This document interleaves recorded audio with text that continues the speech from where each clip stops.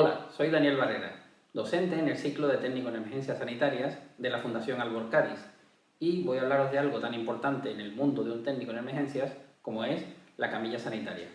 Sus aplicaciones, sus funciones, sus ventajas y sus desventajas. Espero que os guste.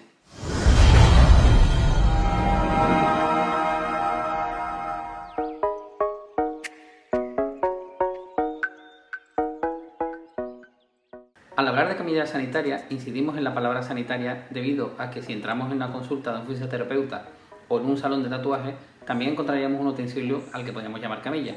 Pero la camilla sanitaria técnicamente es un artilugio, un utensilio, un aparato que utilizamos para poder transportar a un paciente o un herido de un lugar a otro. Al igual que otros elementos médicos, el invento de la camilla también proviene del mundo militar. Concretamente de las necesidades que tenían los soldados en las contiendas bélicas de poder transportar a sus compañeros heridos durante el combate. Concretamente la camilla se populariza durante la Primera Guerra Mundial. Con ella los soldados podían tener la opción de sacar de una zona complicada a un compañero herido y poder atenderle en una zona más estable. En cuanto a la forma primitiva, como podéis comprobar en la foto, la camilla se componía de dos largueros de madera unidos por una lona. Esta lona solía ser bastante resistente y habitualmente era la misma lona con la que se confeccionaban las tiendas de campaña para las contiendas bélicas. El nombre de camilla procede de la similitud que este artilugio tenía con un carruaje tirado por caballos que se usaba en el siglo XIX y que era muy común en aquella época. Aunque no existe una clasificación estándar, podemos dividir las camillas atendiendo a su morfología, o sea, su forma, en tres grandes apartados. El primero son aquellas camillas que son rígidas, el segundo, camillas que son flexibles, y el tercero, que son camillas creadas para una actividad determinada, que son camillas específicas. Dentro de las camillas rígidas podemos encontrar las que tienen un soporte, las que poseen un soporte, y las que no tienen tal soporte.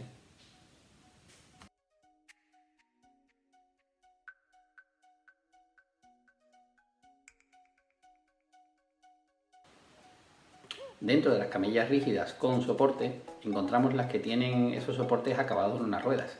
Estas camillas son conocidas como telescópicas y pueden ser traccionadas de manera mecánica o a través de fuerza humana. Las camillas telescópicas poseen unos soportes inferiores que se plegan sobre sí mismos para facilitar la entrada y la salida del vehículo. A su vez están unidas a una bandeja extraíble que facilita el acceso de la camilla hacia la calle. Esta bandeja se libera tras presionar un seguro y, como podemos ver en el vídeo, después de quedar libre, solamente tendríamos que accionar las palancas que vuelven a desplegar las ruedas de la parte superior y, a posteriori, las ruedas de la parte inferior, y así ya la camilla estaría totalmente utilizable. Las camillas telescópicas se usan en ambulancias, como ya sabemos. Tienen dos características primordiales: una, que podemos colocar al paciente en diferentes posiciones, tales como Trendelenburg, Antitrendelenburg o Fowler, y dos, que pueden llevar todos aquellos accesorios que necesitemos para una correcta atención del paciente, como puede ser oxígeno y aparatos de electromedicina.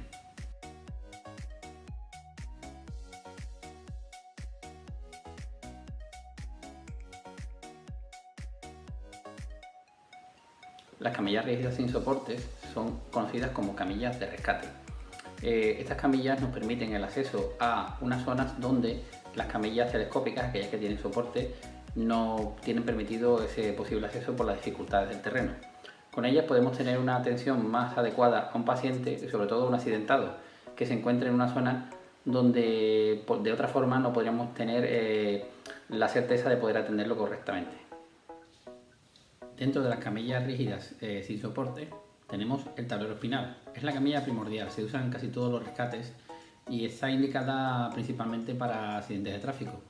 ¿Por qué? Pues por varias razones. Una, porque es muy lisa, no tiene aristas y se desliza muy bien.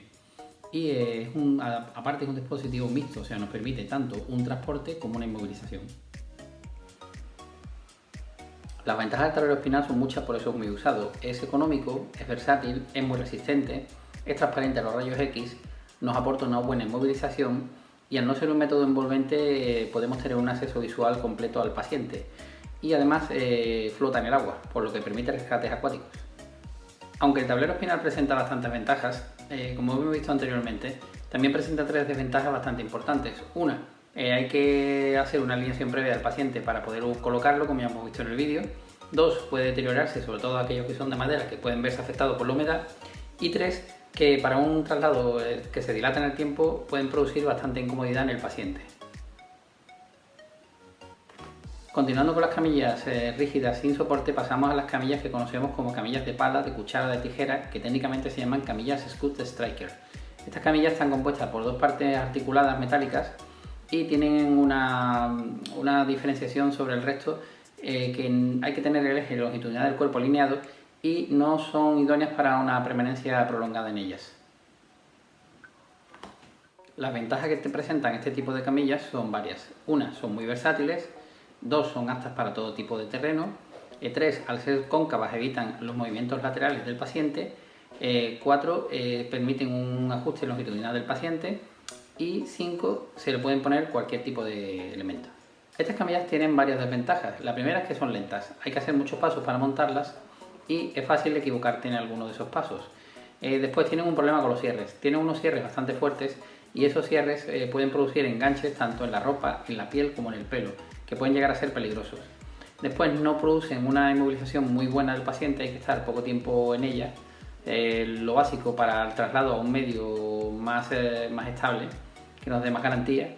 Y después que como son metálicas no son radiotransparentes, por lo tanto no podemos hacer ninguna prueba radiológica con ellas porque la imagen saldría totalmente distorsionada y no podríamos ver nada. Las camillas plegables son esas camillas que encontramos siempre en todo evento deportivo. Son ligeras y de fácil manejo. Están construidas en lona, en poliéster o en PVC y no están indicadas para traumatismos en la columna porque presentan una nula inmovilización. Las ventajas que presentan es que son sencillas de usar, son plegables, ocupan poco espacio, son fáciles de limpiar y se le puede incorporar cualquier otro tipo de objeto. Las desventajas que presentan son dos principalmente. No ofrecen una buena inmovilización al paciente y no son transparentes a los rayos X por tener un armazón metálico. La camilla Stow es una camilla concebida para rescate. Permite a los rescatadores poder acceder y sacar a pacientes en zonas muy complejas. Posee un arco metálico alrededor con fuertes agarres para poder ser evacuada a través de otros medios tales como medios aéreos.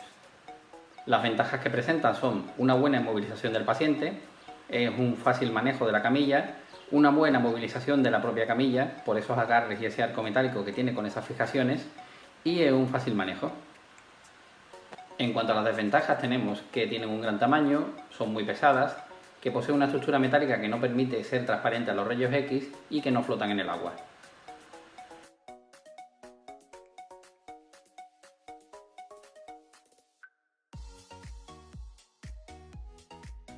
Dentro de las camillas flexibles tenemos el colchón de vacío, que es un buen método de inmovilización y de transporte de pacientes. El colchón de vacío en su zona interna tiene unas bolas de poliuretano que al hacer vacío, sacando el aire con una bomba manual o mecánica, produce una rigidez, de manera que podemos hacer una inmovilización de un paciente por zonas o de cuerpo completo. En cuanto a las ventajas del colchón de vacío, tenemos una principal que es la buena inmovilización que presenta para el paciente y un fácil traslado. Después, una vez que se hace el vacío, tiene muy buena flotabilidad y por su morfología absorbe muy bien todas las vibraciones y golpes en un traslado. En cuanto a las desventajas, destacamos la primera, su gran tamaño, la segunda, que puede pincharse y perder el vacío, por lo tanto ya no tendría firmeza y no nos serviría para nada, y la tercera, que al ser un método envolvente no nos da un buen acceso visual al paciente de manera completa. Otro tipo de camillas flexibles es la camilla Neil Robertson, que está diseñada para el rescate de víctimas en situaciones complicadas y en espacios angostos. Esta camilla está compuesta de una lona que en el interior lleva una especie de tablillas que pueden ser de madera, de metal o de algún otro material resistente. En cuanto a las ventajas de esta camilla, tenemos que es muy pequeña, muy ligera, se puede usar en múltiples situaciones y puede aportar una muy buena inmovilización al paciente. Las desventajas son tres. Una, que es un método envolvente y volvemos a no tener un buen acceso visual al paciente. Dos, que no es cómodo en largos desplazamientos. Y tres, que las que tienen un armazón metálico no son transparentes a los rayos X. La última de las camillas flexibles es la camilla Kendrick, también conocida como Fernoquet. Esta camilla, aunque en la mayoría de los ámbitos no se conoce como una camilla sino como una férula, atendiendo a la definición de camilla, en la cual entendemos que es un dispositivo que sirve para transportar a un paciente o un herido de un lugar a otro, podríamos aplicar el nombre de camilla. Su construcción es parecida a la Neil Robertson y está indicada para pacientes que han quedado en posición sentada. Principalmente es muy útil en accidentes de tráfico. La camilla Kendrick es un medio de inmovilización y de extracción del paciente compuesto por un chaleco que tiene una especie de cabecera y unas hinchas ajustables y unas láminas en su interior que producen la rigidez y por lo tanto la inmovilización. Como ya hemos dicho, está indicada para accidentes de tráfico. Sus ventajas son que inmoviliza el eje cabeza, cuello, tronco y, como ya hemos referido, que para una extracción vehicular es un método muy idóneo. Desventajas presenta una primordial, que es la posición sentada del paciente no favorece su trabajo respiratorio y también que la propia presión que hacen las hinchas de la camilla van en contra de ello. Y por último, la gran desventaja que también podemos encontrar es que se tarda mucho en montarla y para una evacuación en la que la premura sea importante no está muy indicada.